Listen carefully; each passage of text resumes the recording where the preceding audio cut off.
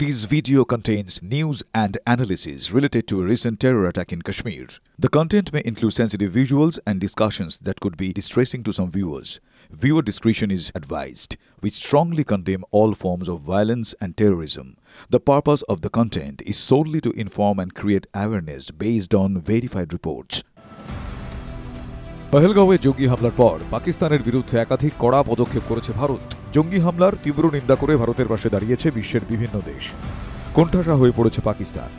এই পরিস্থিতিতে হাস্যকর দাবি পাকিস্তানের। সেদেশের inter services public relations ISPR এর ডিজি লেফটেন্যান্ট জেনারেল আহমেদ শরীফ চৌধুরীর দাবি, পাকিস্তানের সন্ত্রাসবাদী হামলায় ভারতের হাত রয়েছে। এই নিয়ে অকাঠ্য ফরেনসিক প্রমাণ রয়েছে বলে তাঁর দাবি, কিন্তু সেই দাবি যে ভুয়ো তা প্রমাণিত হয়েছে।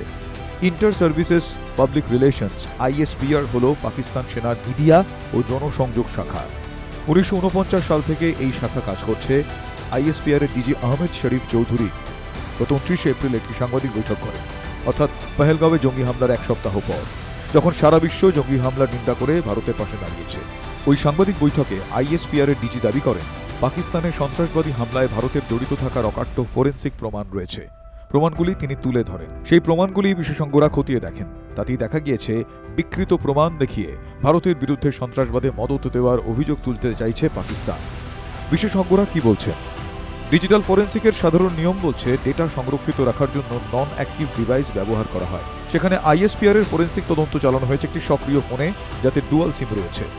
এই একটি বিষয় তাদের পুরো প্রমাণকে নাকচ করে দেয়। তারপর রয়েছে হোয়াটসঅ্যাপ কল রেকর্ডিং। পাকিস্তানের দাবি, গত 25 এপ্রিল মজিদ নামে এক জঙ্গিকে তারা গ্রেফতার করেছে। তার ফোন থেকে হোয়াটসঅ্যাপ কল রেকর্ডিং উদ্ধার হয়েছে। হোয়াটসঅ্যাপ কল রেকর্ডিংয়ের জন্য বিশেষ অ্যাপ ইনস্টল করতে হয়। ওই জঙ্গির পক্ষে তা জানা অসম্ভব। আর কেন সে ওই কল রেকর্ড করবে? তবে কি ISPR এর জন্য সে ওই কল রেকর্ড করে রেখেছিল একজন দেশপ্রেমী পাকিস্তানি জঙ্গি? যদি ওই জঙ্গি ওই বিশেষ অ্যাপ ইনস্টল না করে থাকে, তবে ISPR কিংবা ISI ওই জঙ্গির ফোনে ম্যালওয়্যার প্রবেশ করিয়েছিল। তাহলে ISI এর সম্ভাব্য সব জঙ্গি হামলা সম্পর্কে তথ্য আগে থেকে পেয়ে যাওয়া দরকার। তার মানে কি জেনেও হামলা করতে দিয়েছে তারা? ওই জঙ্গির চ্যাটের স্ক্রিনশট সামনে আনা হয়েছে। যদি সেই চ্যাটের সময়ের দিকে নজর দেওয়া যায়, দেখা যাবে মেসেজ পাঠানোর পরেই স্ক্রিনশট নেওয়া হয়েছে।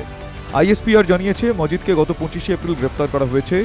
তাহলে অতীতে ফিরে গিয়ে কিভাবে মেসেজের স্ক্রিনশট তারা নিলেন? ISPR এর ডিজি জানিয়েছেন, ওই জঙ্গির বাড়ি থেকে একটি ভারতীয় ড্রোন পাওয়া গিয়েছে। গুগল ইমেজ সার্চে গিয়ে দেখলে দেখা যাবে ওই ড্রোনটি চীনের DJI ড্রোন। তার মানে কি পাকিস্তানের চীনের মদতে হামলা হয়েছে? ওই সাংবাদিক বৈঠকে উপস্থিত সাংবাদিকরাও ISPR এর ডিজির বক্তব্যকে মেনে নিতে পারেননি।